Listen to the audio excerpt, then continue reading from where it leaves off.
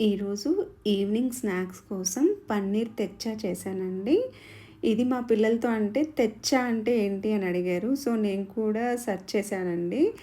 తెచ్చా అంటే ఈ మహారాష్ట్ర వాళ్ళు తయారు చేసిన ఘాటైన మసాలా అని అర్థమంట.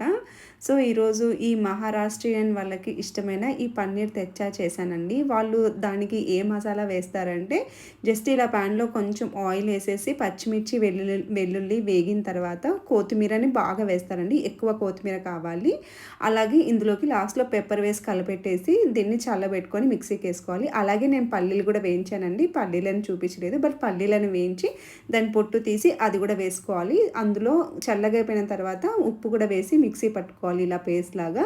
దీన్ని మనం ఒక బాల్ లాగా తీసుకొని పన్నీర్‌ని అందులో మధ్యలో పెట్టేసి 4 సైడ్స్ కోట్ అయ్యే విధంగా మనము ఇదో ఇందాక ఇప్పుడు చూపించా కదా వీడియోలో ఇలా 4 సైడ్స్ బాగా కోట్ చేసుకోవాలనమాట. అలా చేసుకున్న వాటిని మనం ప్యాన్‌లో బటర్ వేసేసుకొని ఈ మనం అంతా కోట్ చేసుకున్న ఈ పన్నీర్‌ని పెట్టుకోవాలనమాట.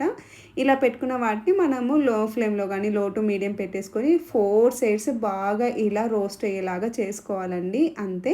ఇలా చేసుకుంటే పన్నీర్ తెచ్చా అనేది రెడీ అవుతుంది.